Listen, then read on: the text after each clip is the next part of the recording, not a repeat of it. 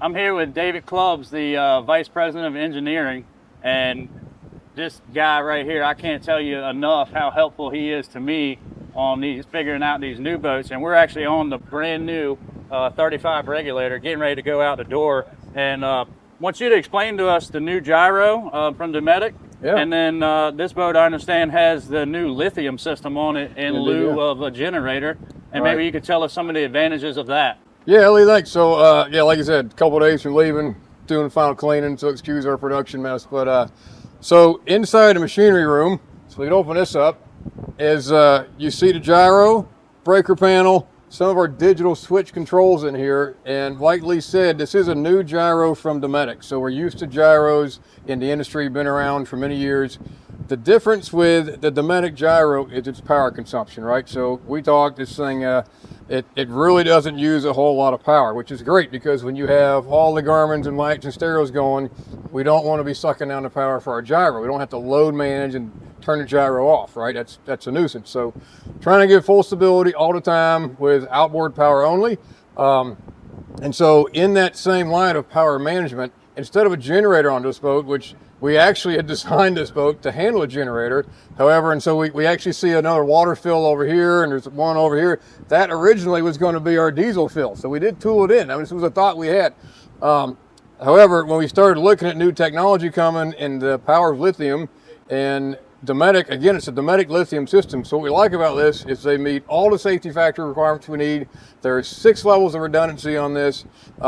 And basically the lithium batteries are much lighter. There's no maintenance. There's no diesel fuel on board, no fire suppression required. There's no noise, there's no fumes, there's no CO, right? And we can, from a design standpoint, we can put them anywhere, right? So we can get the weight where we want it. The reason it's built right so well is we got the weight right where we need it.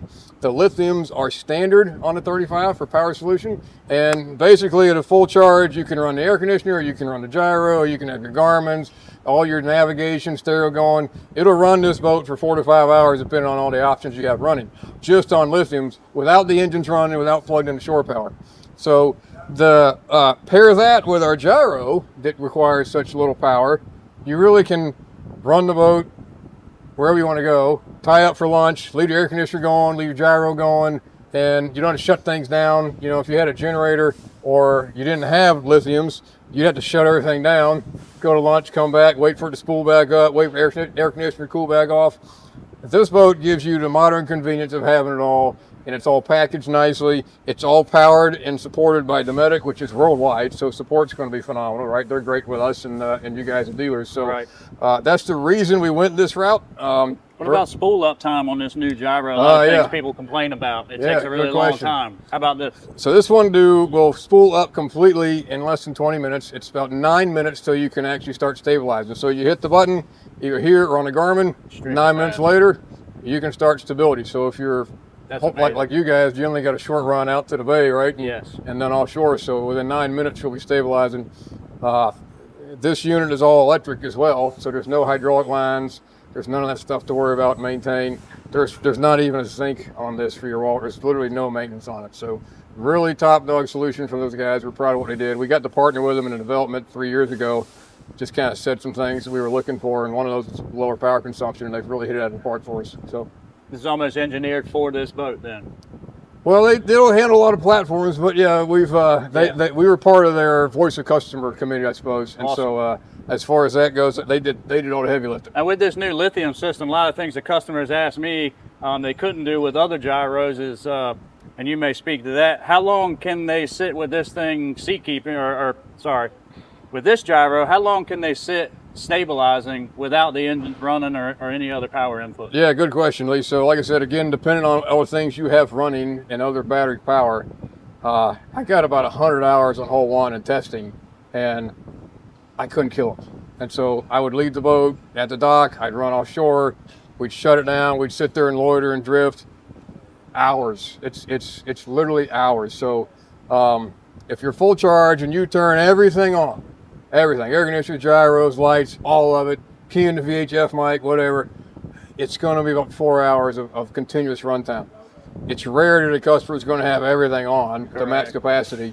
So we've seen on hole 1, I saw anywhere from 6 to 7 hours with no engines no shore power. And that was just me sitting in the shop with everything running and doing things, trying to figure out how long it would take. On my helm, on the screen though, it does tell you what your capacity is and how much power you're pulling in amperage. And so if you look at it and you say, oh, I'm 15% and I'm pulling 80 amps, then you could start loading, leveling yourself, turn some things off if you want to, or start an engine, start charging it back up, right? And so shore power charges quickly. We can go from no charge to full charge in a couple hours with shore power, because it's a 100 amp inverter charger, so awesome. It really puts the power to it. Awesome. Are we able to look at the one helm on this boat? Is it turned on right now? We have to. We got to power it up real quick, but we can do that. Okay. So if you want to hop off of this and turn on the main disconnect, yes, sir. Which is really your service switch. Only guys like Lee's going to be dealing with that switch. You know right where it is, or know where it's at. That's right. Yeah. So there's a manual battery switch in there that in general customer use you'll never use it. It's just for maintenance on systems, whatever. And then in here we have your source selector. So we do have a backup, and Lee and I talked about this, and part of the design with this is we know there would be some angst and animosity with lithium. And so we wanted to provide to customers and our long-term customers, new clients, that had questions about it. You could turn this to select it over to your lead acid backup, which is labeled here, and the switch points to starboard side. So this switch would point to your lead acid backup, or most of the time you're just going to run off of the lithium system, and it's labeled lithium e-hub. And our customers in daily use, they're never going to touch these, right?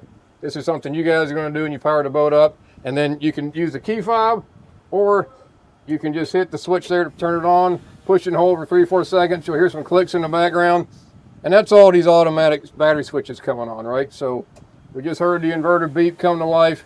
The Garmins are powering up now. We can go look at that right now. Cool. So these are our key fobs, right? So we have our water tank low alarms. We don't have any water in the boat, but basically just like your truck or your car, turn the boat on, turn it off. This will run your bar light, and this runs your deck lights. So if you're a customer, you're going to come on the boat. You're not going to have to do the switches back there. You're just going to key fob on, key fob off.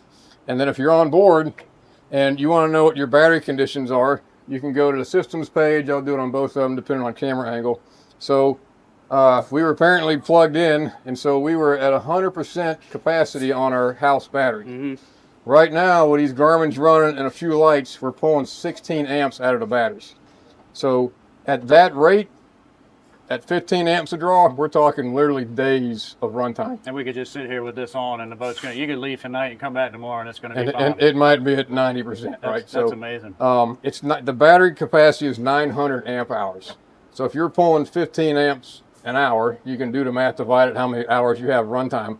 But basically, the house battery system is going to tell you how much time you got left, right?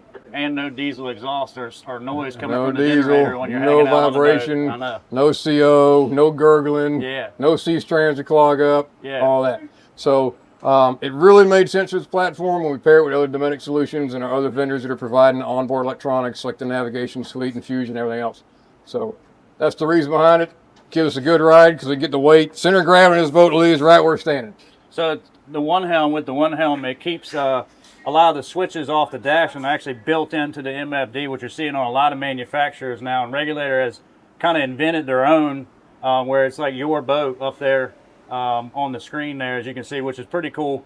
If you go here to pump, so there's all your pump switches, your live wells, your fish boxes, bilge pumps, to the lighting here. So if you're looking for lights, the other cool thing is if you turn the light on, say aft spreader right here, it actually comes on the display. So at a quick glance, you can see what's on or what needs to be on, and you can see all those lights light up, which is a pretty cool feature. And people are always amazed when you pull up to the dock bar and there's like a picture of your own boat on there to be able to turn the switch on. So that's pretty cool feature they offer now.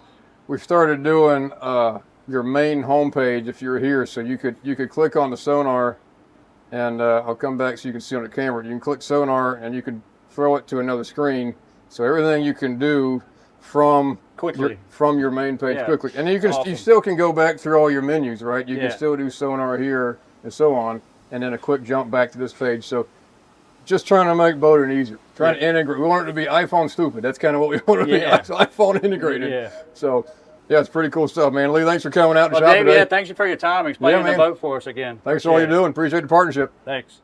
Well, Keith, I think that's the tour. Thanks for your hospitality. We both learned a lot and hope our customers learned a lot as well. Well, thanks. We're happy to have you here. It was a lot of fun for me to walk through. And I'll remind all the folks out there that we do factory tours every day. All you gotta do is call the factory, give us about a 24-hour notice, and we'd love to show you the entire place.